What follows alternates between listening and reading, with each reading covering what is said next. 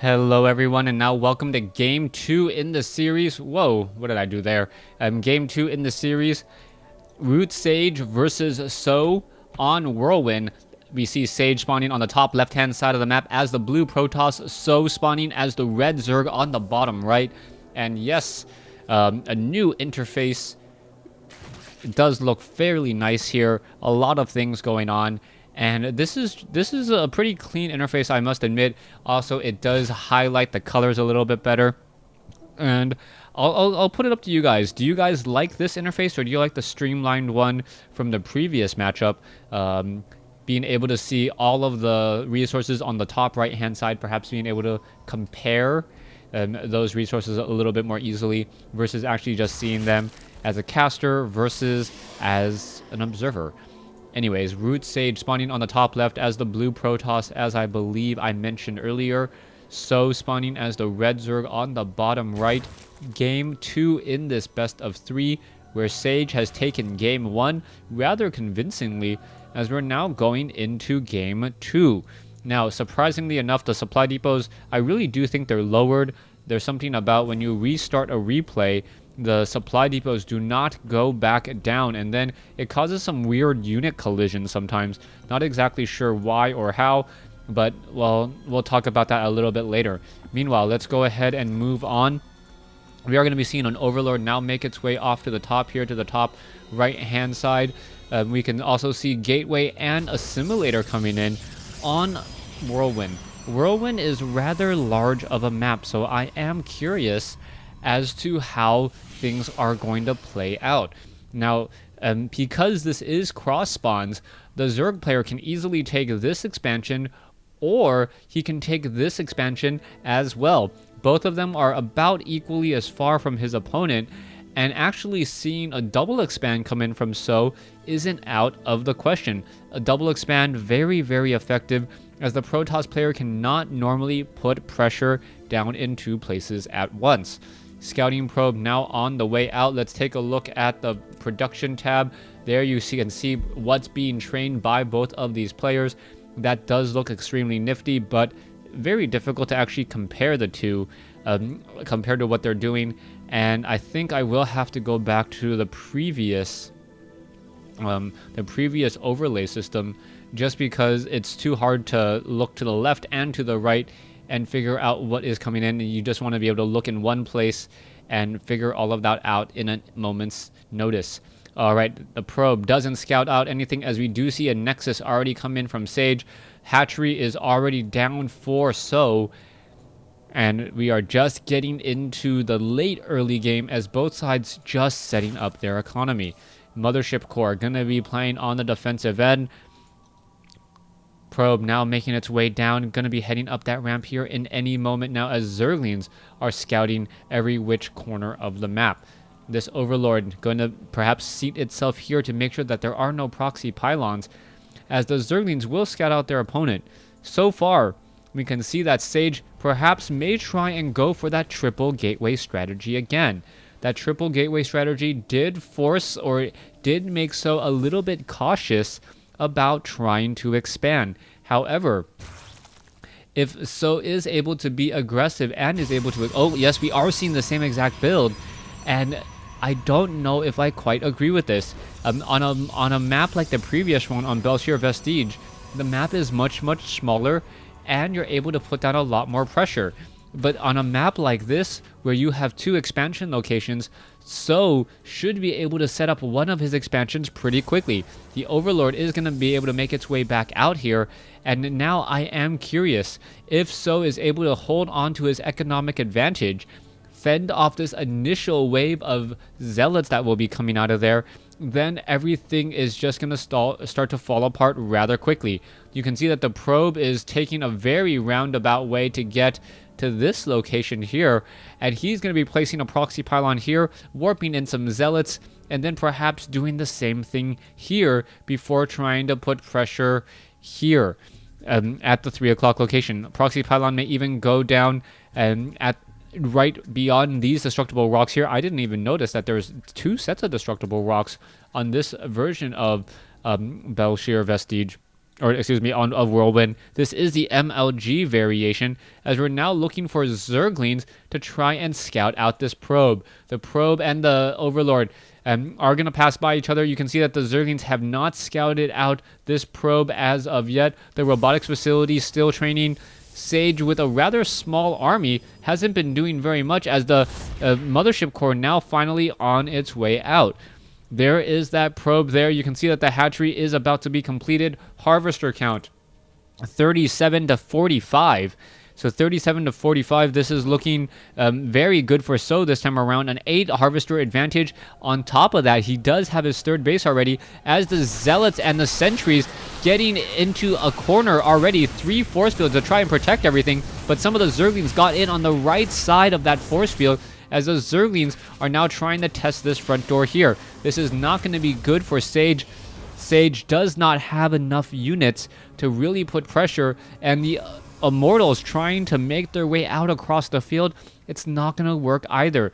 It is a rather large walking distance, and yes, those Immortals are bunker busters, so to speak, but you can see that Sage is trying to do too many things at once. He's going for Dark Shrine while training up Immortals. He doesn't seem to have nearly the amount of focus as he had in Game 1.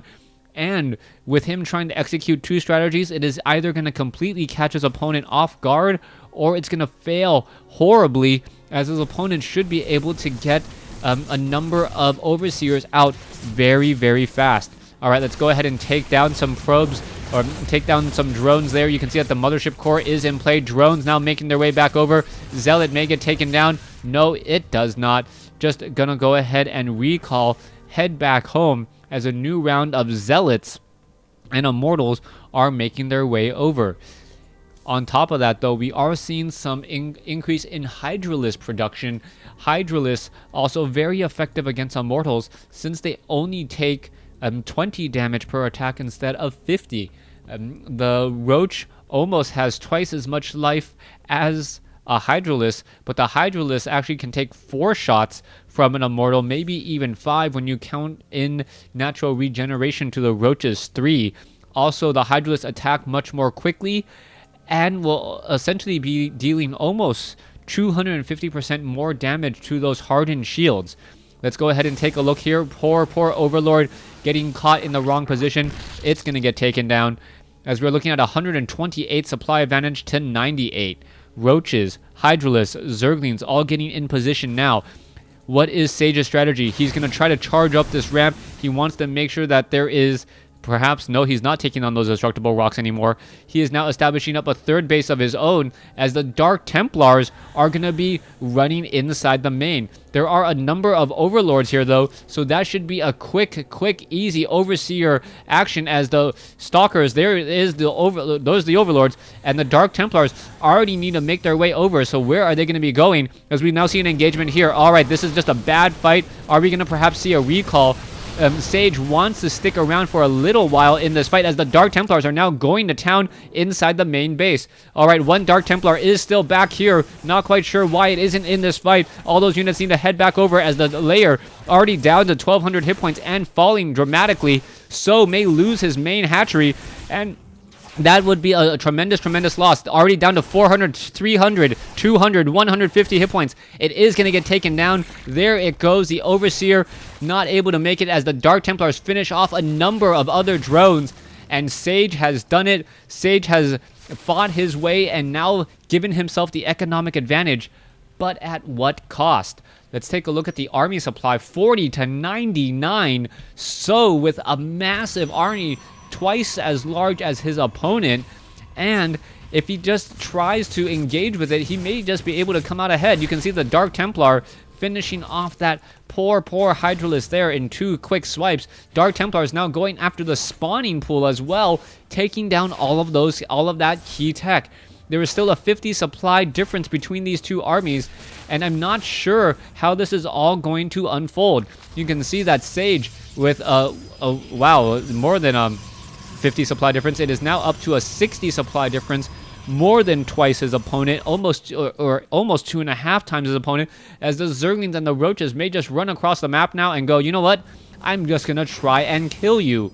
More Zerglings are getting in position. This is a rather large army. Hydralisk, however, not very effective against Colossus if they have the extended thermal lance range.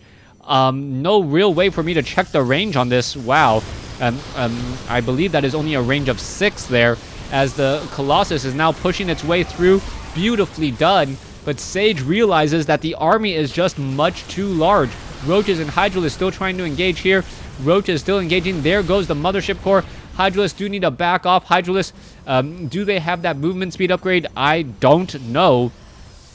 Perhaps if they added the... when you can click here and you can see those tooltips, that will still be very, very helpful. As we can see, Colossus and Hydralisk and Roaches still coming together. All right, coming back around, Roaches and Hydralisk still pushing forward. Colossus continuing to swipe here, take down the rest of the Hydralisk and the Roaches. This is looking extremely good, as the Zealots and the Roaches are still fighting back. And Sage able to fend off the attack, even though he is down by 50 supply. But there is still more units attacking at the front door. Dark Templars now arriving to the party. Oh, the pylon is still there, as the Dark Templars chasing after a Hydralisk. The poor Hydralisk looks like it is not as fast as a Roach. The Roach with that faster movement speed now holding the center Xel'Naga tower. We are now back up to 3 bases to 3. 64 probes versus 59 drones.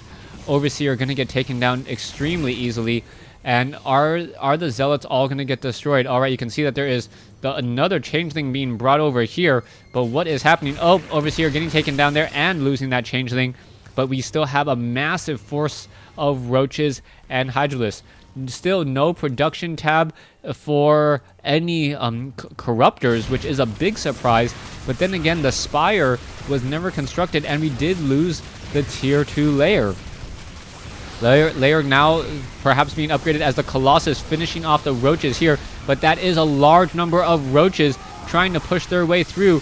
Colossus looks like they do have extended... No, I still can't tell if they have extended thermal lance range. It's right on the border of 6 or 7 as the Roaches now pushing in. All right, it looks like sheer numbers is going to be winning this fight here. Mass Roaches still pushing forward. 13 Roaches and being trained up at a time. And this is even effective without a massive creep highway. So could still be extending creep out across the field. And there is the GG. Sage unable to get enough of a defense there. You can see, taking a look at the total resources lost, Protoss did lose just a bit more. Thanks for watching. Thanks for listening. Hope you guys enjoyed Game 2. Please stay tuned for Game 3.